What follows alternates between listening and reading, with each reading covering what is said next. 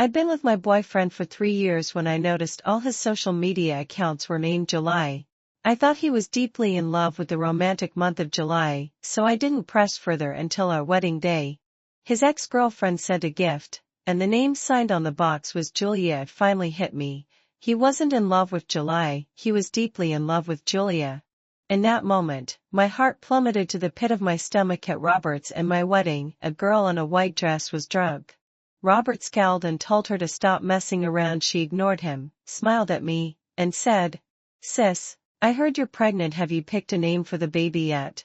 I stroked my belly and replied gently, "The nickname will be July." "July, sigh," she repeated, her gaze shifting to Robert. Laughing harder, tears even welling up in the corners of her eyes. "How can you name it July? He doesn't want July anymore." I froze, a little confused, not quite getting it in the tense silence. Robert's childhood friend was the first to break it. "Sis, my classmates had too much to drink. I'll take her to the hotel."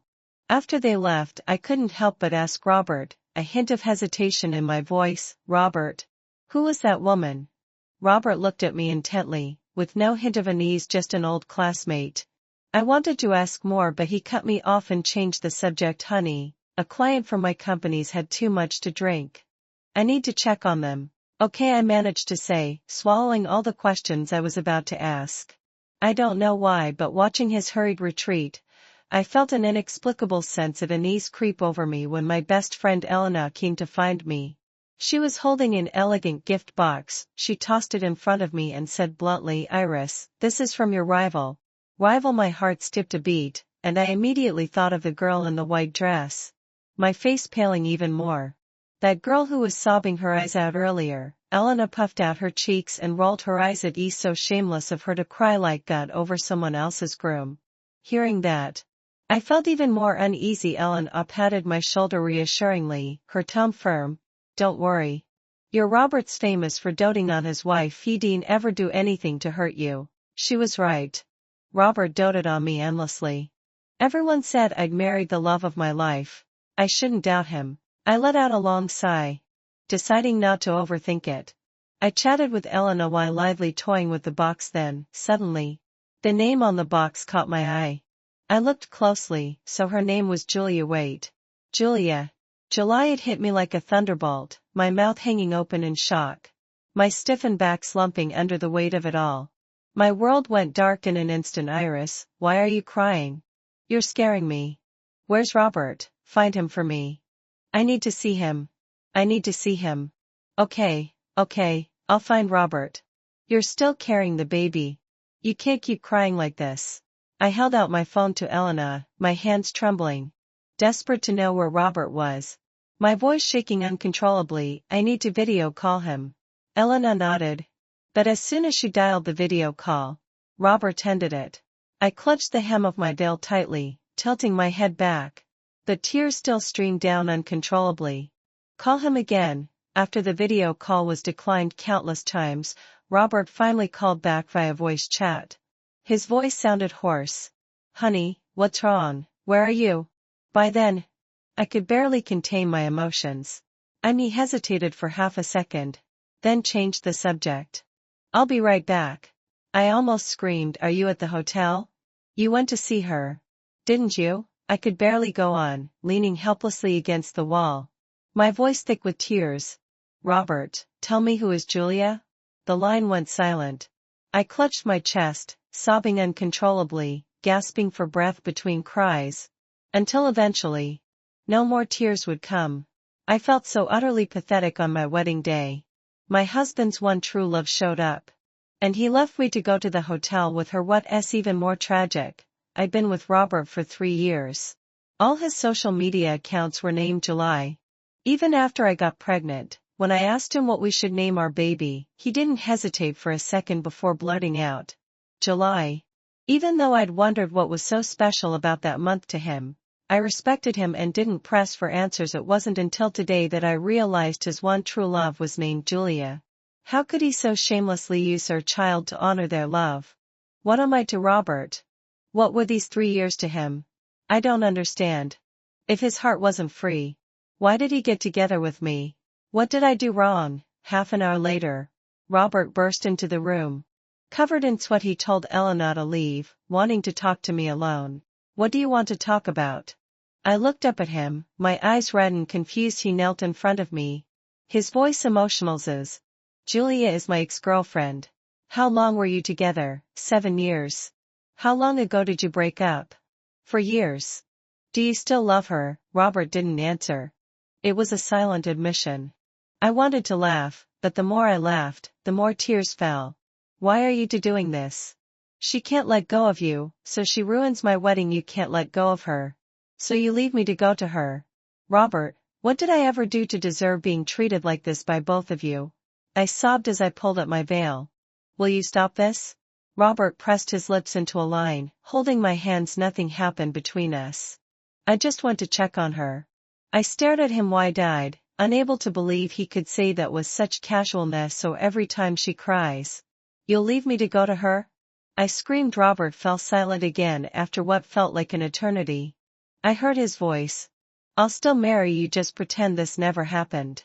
My vision went dark, as if a thunderbolt had struck right above me. A sharp, stabbing pain followed by a surge of overwhelming anger. Did he think this wedding was some kind of favor to me? I didn't want it. I really didn't. I stumbled back, collapsing against the wall, my face as white as a sheet, cold sweat dripping all over me. The baby in my womb, as if sensing my agony, moved slightly. But I felt a pain so intense it was almost unbearable. I clutched my stomach, overcome with sorrow. This was your first kick? Baby, how could it happen at a time like this? Robert furrowed his brows and reached out to help me up. I couldn't control myself, screaming at him, don't touch me, you're filthy. Can't you stop this? Robert stared at my stomach, sighing, I never wanted to leave you. Truly. His words made me sick. He was revolting. If I'd never met him, I could have had a clean, pure love. I could have been happy. He's the one who ruined me. I grabbed my phone and hurled it at him without a second thought. Cancel the wedding. Let us get a divorce, right now. Robert froze. Seconds later, his expression hardened, his voice laced with sarcasm. You grew up in a single-parent home. Do you really think your mom would agree to you getting divorced while pregnant? I never could have imagined Robert would weaponize my family against me. It felt like my heart had been carved into 1,000 pieces with a sharp knife. Each fragment gnawed at, eroded, pierced through. I buried my face in my hands, leaning against the wall, and wailed until my throat went hoarse. I didn't even notice when he left after that day. Robert and I fell into a total cold war. I moved back to my own place. As Robert had said, I was raised in a single-parent home. Before my dad died, my mom had lived at a marriage that felt like wood, so she couldn't possibly understand my pain when Robert came to pick me up. She was practically pushing me to go back. Robert's giving you an out, take it, she kept urging. Stop hiding in your room and come out. I almost begged her, Mom, make him leave. You're pregnant. Why are you acting like this? You have to swallow this. I can't. I just can't. Marriage is about turning a blind eye to some things, she said, pulling back the covers, her tone softening a little as she met my red-rimmed eyes. Besides, Robert didn't cheat, did he? That wasn't it at all. Emotional infidelity is scarier than physical. My voice was filled with sorrow. We've been together 3 years. And all this time he's been lying next to me thinking of someone else. What am I to him? You overthink everything. Let me be clear. No matter what happens, don't even think about divorce. I can't afford the shame. It was the first time I defied her. I will divorce him. My mom looked at me, disappointed, like I was a lost cause. In the end, it's your own fault for being so useless. If you were good enough, Robert wouldn't still be hung up on his ex. I cut her off, breaking down, covering my ears, not wanting to hear another word. Please, just stop. I'm begging you. A flood of grievances welled up. Too much for my eyes to hold back, spilling over as tears. I wasn't the one in the wrong. Why was I the one being blamed? Did the world have to be this absurd? I was forced to go home with Robert. In our wedding suite, he held out his phone. Check for yourself. I haven't contacted her since we broke up. I didn't take it, scoffing. Does that prove she isn't still in your heart? Robert didn't answer. He gripped the phone so tightly his knuckles whitened, the bones protruding. After a long pause he scowled, opened WeChat, and searched for Julia. The latest message? In their old class group. He'd written, "I'm getting married." His classmates, as if reading his mind, asked, "Why didn't Julia tell us?" He'd replied, "It's not with her." The group went silent minutes later. Julia tagged him, "Congratulations. I wouldn't miss your wedding for the world." He hadn't refused. He'd even said, "Good." On our wedding day, Julia showed up in a white dress. Sitting in the audience, looking for all the world like the bride. Standing beside me as we said our vows, Robert's voice cracked several times. He could barely hold it together back then. My best friend had gushed, "Iris. You really married the right person." Robert even cried during the vows. He's so devoted. Now, thinking back, I couldn't help but laugh. Robert was a brilliant actor. Everyone thought he'd been thinking of our years together as he vowed forever. But no, he'd been worrying about Julia. Sobbing in the audience, "See? I told you, Julia and I are completely innocent," Robert said, pulling me back to reality. I shut my eyes, about to tell him to get lost, when his childhood friend called. Panic laced his friend's voice over the line. "Robert, Julia's in the hospital." Robert stiffened, his gaze flicking to me. Complicated. We weren't even divorced yet. How could he brazenly go see another woman? I grabbed his arm like a madwoman. "Robert, I forbid you to go." Robert trumped his temples. Irritated, his tone accusatory. "Can't you be reasonable like you used to? When did you get so irrational?" I spun around, flinging the door open. "Get out." Robert had barely left when a text from an unknown number popped up. "Iris, Robert doesn't love you. Give him back to me. Watching him marry you hurts more than death." Honestly, before getting that text, I'd never blamed Julia. I'd only hated Robert. Hated his cruelty, building his love for one woman on another's suffering. But now, staring at that message, I saw they were two of a kind, equally disgusting. Equally selfish. If they loved each other so much, they should have chained themselves together and stayed out of other people's lives. But here's the thing. Until Robert and I were officially divorced, Julia was just a shameless homewrecker. No right to act high and mighty in front of the wife fighting down my revulsion. I shot back, mocking. "Where were you before, Julia? Do you get some thrill out of stealing other people's husbands?" She replied instantly. "Robert and I were in love for 7 years. I'm not the homewrecker here. Besides, the one who isn't loved is the real homewrecker." So in her twisted mind, I was the one who drew in their 7-year relationship. Could she really be that shameless?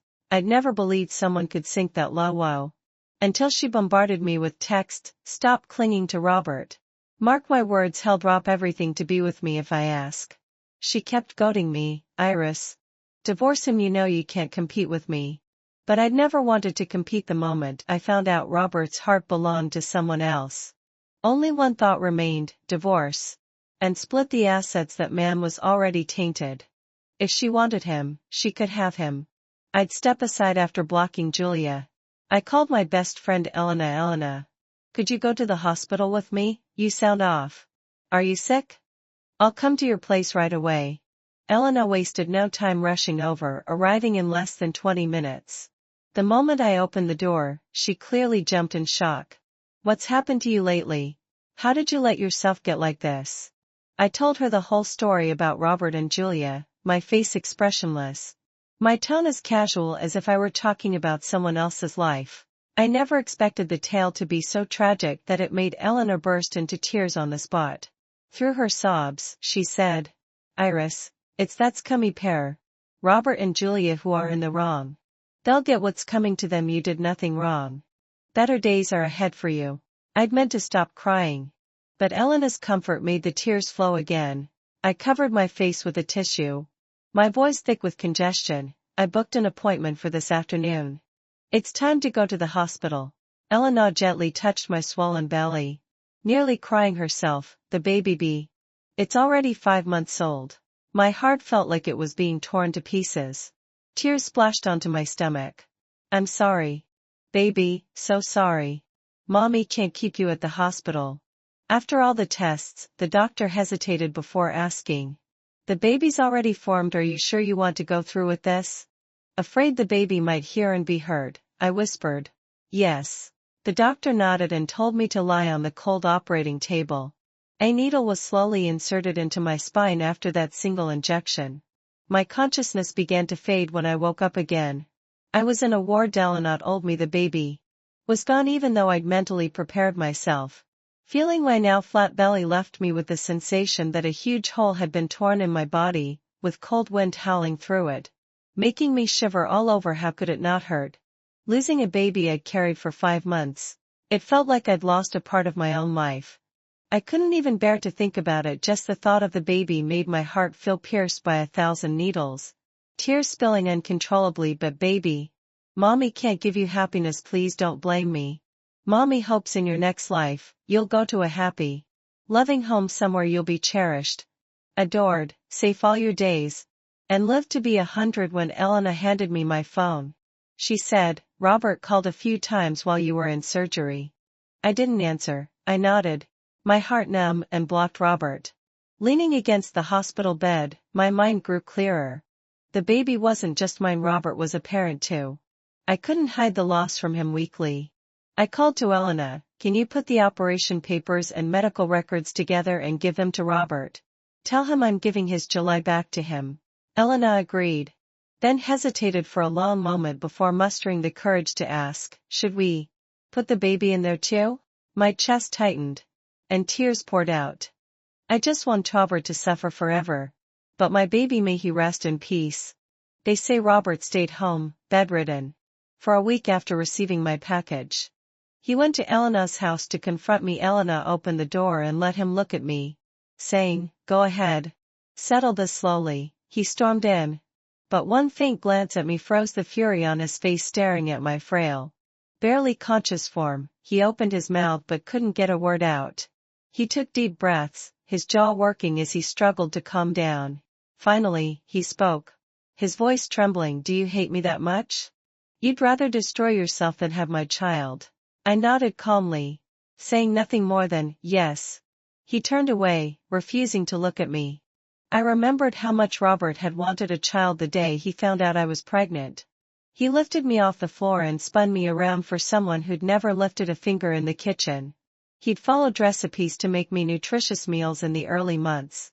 When I couldn't stop throwing up, he'd searched online for remedies, testing them one by one with me until I felt better later. As my belly grew, he'd walk with me every day.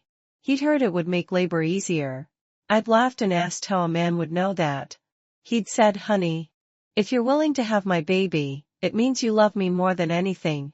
I'll always treat you right. He'd also said, I'll love you forever. Who knew forever would be so short? The moment Julia appeared, that forever ended. Thinking back, my eyes stung. But that was all just a faint prickle. I knew deep down those were all lies he'd woven. No matter how beautiful, lies could never become truth. He had his Julia, and I had my own path to walk. I said lightly, tomorrow, I'll send you the divorce papers. He turned to me in disbelief, a flicker of anger in his brows. You're that eager? I stayed silent, letting my silence speak for me. He scoffed, his hands and voice shaking. You're that heartless? Just stop loving me like that. It was rare to see him like this. I smiled. To my morals won't let me dig through garbage for a man. After saying that, I felt an unprecedented sense of relief. Robert froze where he stood. I glanced at Elena, who caught my drift and hurried to open the door, chasing him out. Worried Robert might ruin my mood, Diana hovered around me like a chattering sparrow, trying to distract me. Iris, there's something I need to confess, she said. What is it? The day you asked me to give Robert that package, I didn't put the baby in it, but I printed a bunch of photos of the baby and stuffed them in. Robert looked completely shattered when he opened it. Elena peeked at me. You won't be mad, will you, Iris? He's the baby's father too.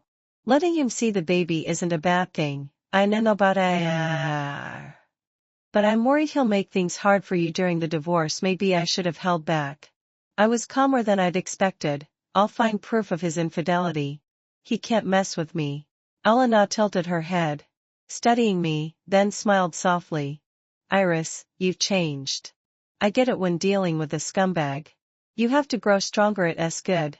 Really good. She said it was good. But her eyes kept turning red. Maybe going through so much had cleared my mind. I patted her shoulder and smiled. Don't feel sorry for me. I'd rather face the storm and take control of my life than be a coddled flower in a greenhouse.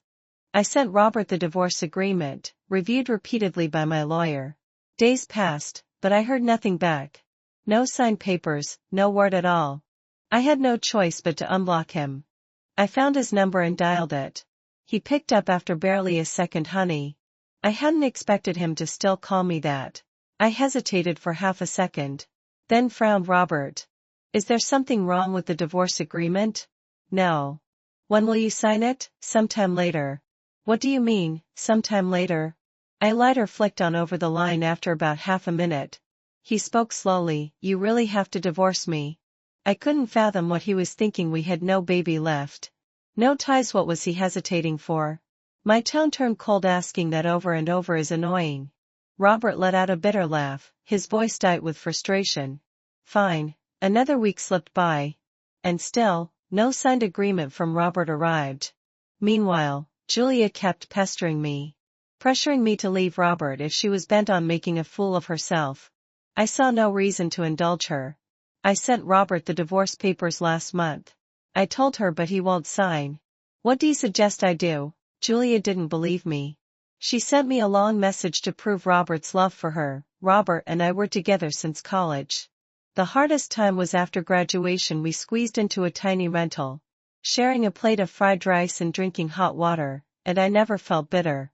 He doted on me like I was a child. Every holiday, every birthday, there was always a bouquet of flowers. Never a missed gift once we lived together. He'd make breakfast before I woke up. And at night, he'd eat water for my feet. That did all the chores. All his friends knew about me. His social media handles were all July. And July was my name, Julia. He even told his friends, if I marry someone who's not Julia, don't bother coming. Even my parents said I'd found the best man in the world. If we hadn't broken up, you'd never have gotten to marry him. He doesn't love you. Let him go. After reading it, I felt no anger. Only pity for her.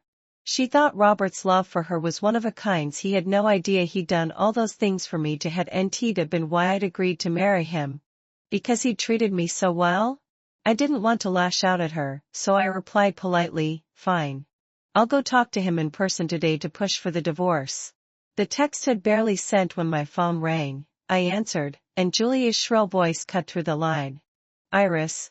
Are you cheap? Don't you dare seduce Robert. Don't you dare see him. If I don't push him to sign, you'll stay a homewrecker forever. I don't believe he's the one refusing. You must be tricking him somehow. What did you do to him? Julia's voice grew hysterical. I taunted her on purpose. If you've got time to rage at me, you should go pressure him. Didn't you say he loves you? If he does, why's he letting you play the other woman? Julia hung up immediately. I sighed. Lucky I'd come to my senses in time. Lucky I hadn't turned out like her. After a month of resting at Elena's, I returned to work. The blow from my marriage had left me disillusioned with love. Instead, I threw myself into my job. My colleagues noticed. Iris, why are you working overtime so much lately? One asked. Does your husband let you work this hard? My pen paused. I looked up, calm in my reply. I'm filing for divorce. What? Colleagues swarmed around, all shocked. You two seem so perfect. How can you just split like that?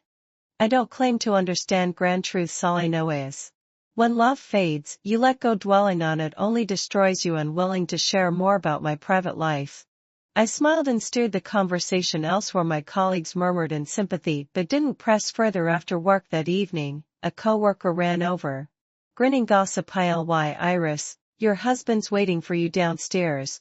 I didn't want to see him.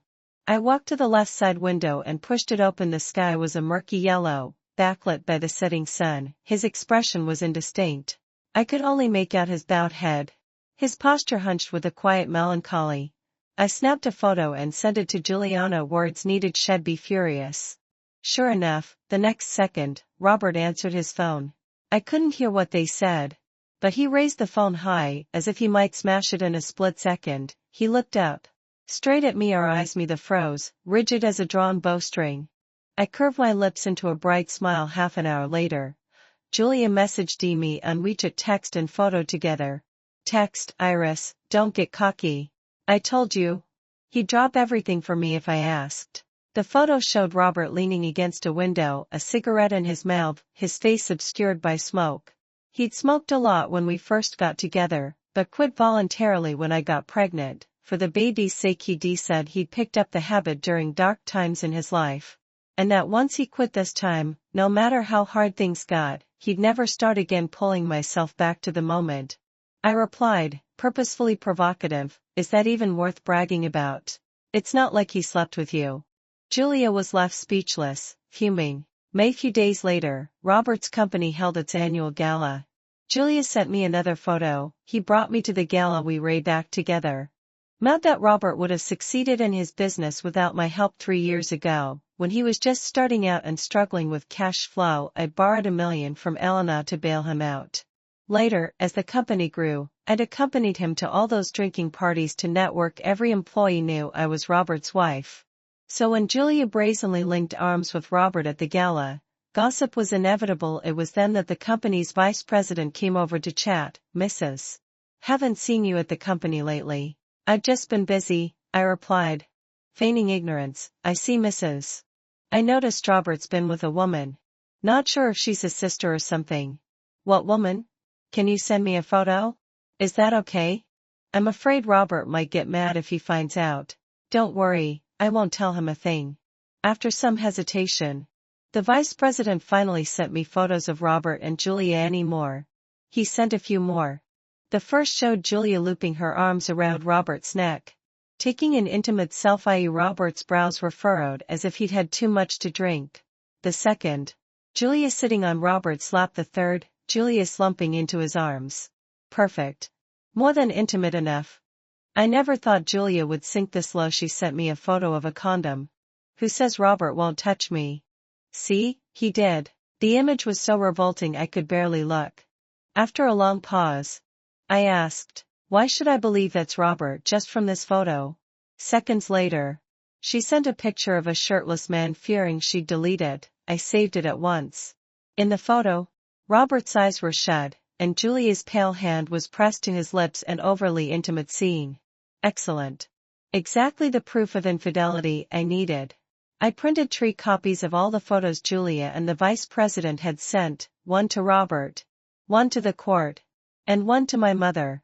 I sued Robert for marital infidelity, demanding he leave with nothing. The court accepted the case quickly. The day Robert got the summons, he called me using his childhood friend's phone. I saw the photos. We were married once. No need to make this ugly. If you want a divorce, I agree. Good. How do we split the assets? I'll give you the bank accounts, the marital home, and we'll split the company equity 50-50. No, I want 51. He looked deflated, drained of all energy. He agreed to whatever I said. Fine, think of it as compensation for you and the baby. With that, I hung up. A week later, Robert and I were officially divorced. The day after he transferred the equity to me, I sold 49 of it to the vice president. Now, the vice president and Robert held equal shares in the company, balanced each other out, keeping each other in check, and the two I kept. It was enough to tip the scales and change ownership at any time. That too was Robert's life's work. And I held it in my hand. If he ever annoyed me, I could just hand it over to the vice president. After that, Robert never dared to cross me again. I don't know why, but even after the divorce, Julia kept haunting me. She lashed out endlessly. Iris, you're shameless. Why do you deserve so much from Robert? I guess because he was willing to give it, I said. She flew into a rage. Robert's only giving you money out of guilt for the dead baby. Not because he cares about you, and it's all your fault. You were cruel enough to scare him with photos of the baby. I sent one last reply. The cruel ones are you too. I blocked her again, finally closing the book on that messy chapter. At last, life was quiet when Elena visited my villa. She let slip a secret. After you divorced Robert, he called me. What did he want? Elena rested her chin in her hand, recalling a tattoo sigh. He said, when I saw Iris after the abortion, lying in bed, she looked like an empty shell. Like she might die any second in that moment. I was really scared. I won't contact her again. Please take good care of her. Elena had snapped at him. You're disgusting. Your belated affection is cheaper than grass. Stay the hell away from us, forever. Listening to this, I let out a bitter laugh. Truly, the heart wants what it can't have. One day, I ran into Robert's childhood friend on the street. He struck up a conversation. Mrs. Julia didn't end up marrying Robert. She has really clingy. If Robert doesn't do what she wants, she threatens to cut her wrists. He's terrified of her now. I tuned out the rest. I gave him a cold look. What's that got to do with me? Leave me alone. Let them torture each other for life. I'll be happy on my own. Epilogue. After our big fight, I hadn't been home to see my mother. Divorce was no small matter, though I owed her the truth. So on a Sunday, I went back. I searched the house, but she wasn't there. I asked a neighbor, Auntie, do you know where my mom is? She pointed down the road. Check the street. She is probably selling oranges there. I frowned. Why would an old lady sell oranges in this freezing weather? I hurried toward the street. At around the corner, I saw my mother arguing with a burly man over some oranges. Young man, you ate. You can't just not buy them. So what if I ate a couple? I don't want to buy. So I won't. Quit with the moral blackmail. This isn't strong-arming. My mother grabbed his sleeve, shouting, how dare you bully an old lady? Looks like this old lady's just greedy. A couple of oranges. And you won't let it go? The man raised his hand as if to push her. I rushed over, blocking him. Take it out on Med. Auntie, touch her. The man met my cold stare, muttered a curse, and left. My mother kept grumbling. Kids these days have no manners, eating stuff without buying it. Enough. What are you doing? Picking fights with young people at your age? Your body can't take a push so tight. If I hadn't shown up, I might have found you in the hospital. My mother hung her head, saying nothing. She picked up the oranges the man had knocked over, wiped them on her clothes, and put them back in the basket. Seeing her red, chapped hands in the cold, I grew even angrier. Why are you out here selling these stupid oranges on a day this cold? Why not stay home? Her hands paused. She mumbled. I need to earn money. Earn money? Haven't I been giving you money? She looked up at me. You're divorced now, with no one to rely on. Who knows what'll happen? I need to save up more for you. I suffered enough in my life. I know how hard it is to live alone. My heart ached, and tears rolled down. She really was such a stubborn old thing. He clung to the idea that divorce meant a life of hardship. But divorce isn't the opposite of marriage. Marriage is for happiness, so is divorce.